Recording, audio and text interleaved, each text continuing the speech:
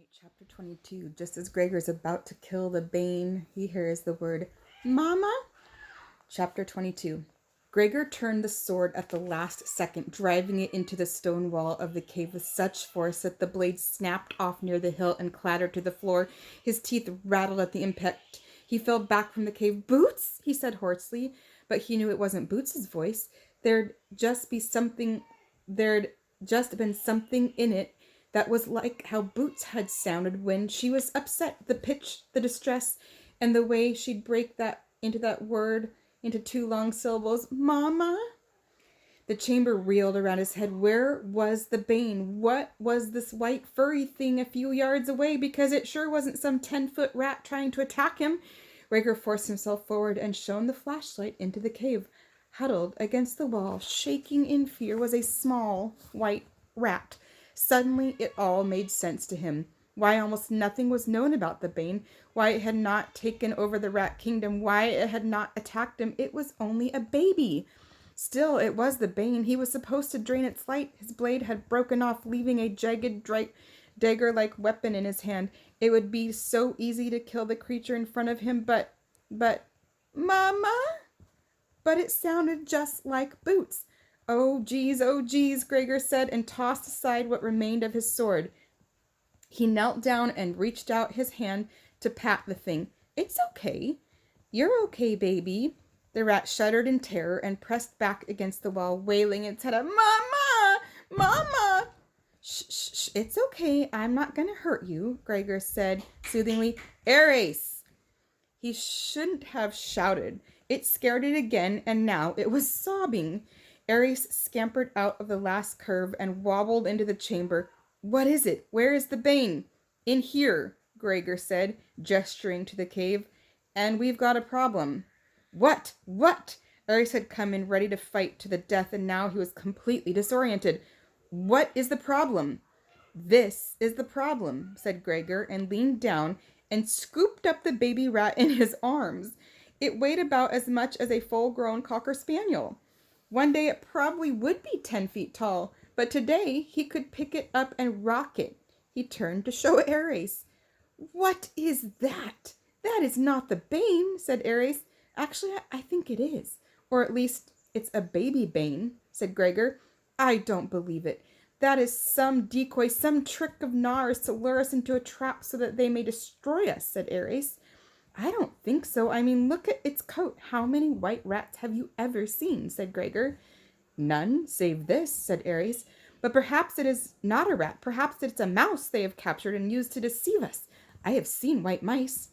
Gregor examined the baby, but he was no rodent expert. He held it up for Ares to inspect. You take a look. Is it a mouse? No, it is most definitely a Nar, said Ares. So you think there are two white rats, said Gregor. Yes. No, I don't know. Two white rats at one time? It's highly impossible.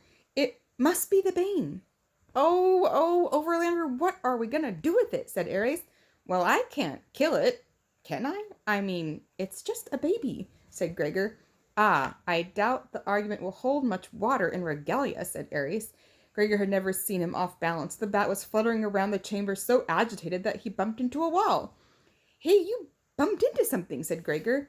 The bats never bumped into anything. Can you blame me? Do you have any idea what you hold in your arms? Asked Ares. The Bane, I guess, said Gregor. Yes, the Bane. The scourge of the Underland. The creature who may well cause the extinction of flyers, humans, and countless others. What do we do at this moment determines the fate of all who call Underland home, said Ares. What am I supposed to do, Ares? Run my sword through its head? Look at the thing! The Bane wiggled out of his arms and ran for the tunnel. Hey, wait a minute. Hold on, you. Gregor chased the baby rat through the corkscrew curves and out of the tunnel. What he saw made his heart ache. The little white rat was trying to curl up in the curve of Goldshed's neck. Mama, it whimpered. Mama. Getting no response, it pawed frantically at the dead rat's face. Mama. He heard the rustle of Ares' wing behind him. So that's it. She was its mom. And when she said, don't, to me, Gregor had to stop for a minute. She was trying to say, "Don't kill my baby." She must have been desperate to keep it from Snare. He would have taken the pup and raised it to do its bidding, Ares said quietly. Blood was staining the baby's white fur. Its cries were piteous, and if that wasn't enough to deal with, Ares' head whipped around. "How many this time?" asked Gregor. "A dozen, at least. You must decide what to do, Overlander." Gregor bit his lip. He couldn't decide. Everything was happening too fast. He needed more time. Okay, he said. He bounded over and lifted the baby into his arms. "We're taking it with us." "We are?" said Ares, as if the thought had never crossed his mind. "Yeah, because I'm not going to kill it, and I'm not leaving it here for the other rats to use," said Gregor. Ares shook his head in a combination of exasperation and denial, but he offered his back. Gregor grabbed his backpack in one hand, threw a leg over Ares, and settled the Bane in front of him. "Okay," he said, "let's run like the river." As Ares lifted into the air, a dozen rats galloped into the cone. They took in the dead bodies, the bat, the baby in Gregor's arms. "The Overlander has the Bane!" shouted one, and the whole pack went wild, howling, leaping in the air, slashing at the invaders with their claws. "Hold on," said Ares. Of the dozen tunnels that led out of the cone, about 4 were big enough for Ares to fly down. He dove for one, and they were off. It was like the most horrifying theme park ride ever. Gregor hated those rides, but they were nothing compared to the spinning, jerking, flipping around in the dark with only his flashlight beam and insane live rats jumping out at him from every turn. Gregor clung to Ares with his legs and one hand while he kept the other arm wrapped around the baby. At one point, when they were darting around a cave, barely evading several sets of snapping teeth, Ares cried out, "Use your sword! I don't have it!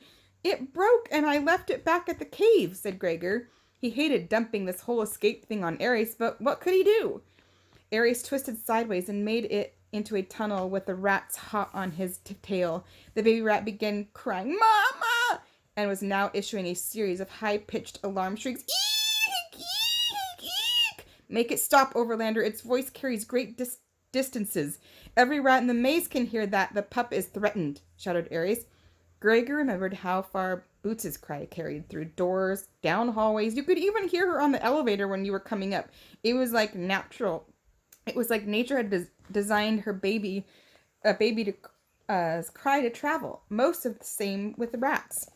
At first he tried to calm the Bane with his voice. It wasn't enough. It might have helped if they were sitting somewhere quietly on the ground, but it was useless here in the nightmare of motion. He tried stroking its back and head, but that didn't work either. Gregor's human voice and touch and smell were just more scary, unknown things to the rat. Finally, he managed to get a hand into his backpack and pull out one of the candy bars. He ripped it open, broke off a piece, and stuck it in the baby's wailing mouth. There was an eek of surprise, then a smacking sound, and the Bane was consumed by his first wonderful taste of chocolate. "More!"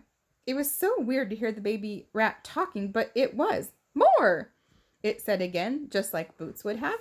Gregor popped another piece of chocolate into the little rat's mouth, and it gobbled it up. The Bane seemed to think better of him now that he had given him chocolate. It relaxed a little back into his body, which made it easier to hold on. "You think we're almost out of here?" Gregor said as they swept out of the tunnel. "See for yourself," said Ares. Gregor shone the flashlight around the place they'd just entered. Lying on the floor was Goldshard, Snare, and the third rat. "No! What are we doing back here?" he gasped. "Perhaps you should try navigating," said Ares. What with him insisting on taking the Bane, having no sword, and being pretty worthless in general at the moment, Gregor could tell the bat had lost patience with him. Okay, I'm sorry," said Gregor. "It is our scent, Overlander," said Ares. "They track us with such ease. I cannot lose them." "Hey, I know," said Gregor. "Maybe we can trick them." He'd seen some movie once where a guy running from bloodhounds had fooled them. "We need to confuse their noses." "But with what?" Gregor ripped off the bandage from his arm. It was soaked with blood and pus and ointment. "Fly around the cone, Ares. I need to touch the top of every tunnel." Ares followed his instructions, if not his plan. "Why do we do this?" Gregor held out the bandage and swiped it along the inside of every tunnel entrance as they passed it. "I'm just trying to spread our scent around." They completed the full circle, hitting each tunnel opening. Gregor tossed the bandage up the last one. "They come," warned Ares. Get out now," said Gregor. Ares dipped into a tunnel they had not yet tried. After about 30 seconds, they could hear the rats reaching the cone, and they were confused. Different rats were calling for them to chase down different tunnels. A big argument broke out, and then the sound of fighting. It grew softer as they moved away until Gregor could no longer hear it at all. Ares zigzagged down a tunnel, and this one opened out over a nice, wide, shallow stream. I must stop for a moment. I must drink. Ares landed on the edge of the stream, panting. He dunked his face into the water, gulping it down.